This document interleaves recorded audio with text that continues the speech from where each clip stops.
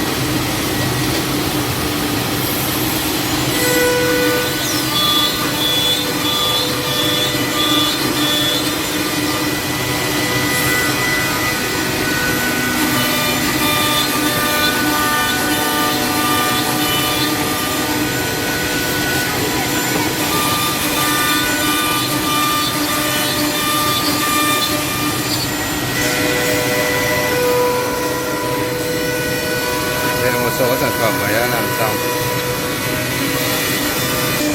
Đây là một số sản phẩm chưa được làm.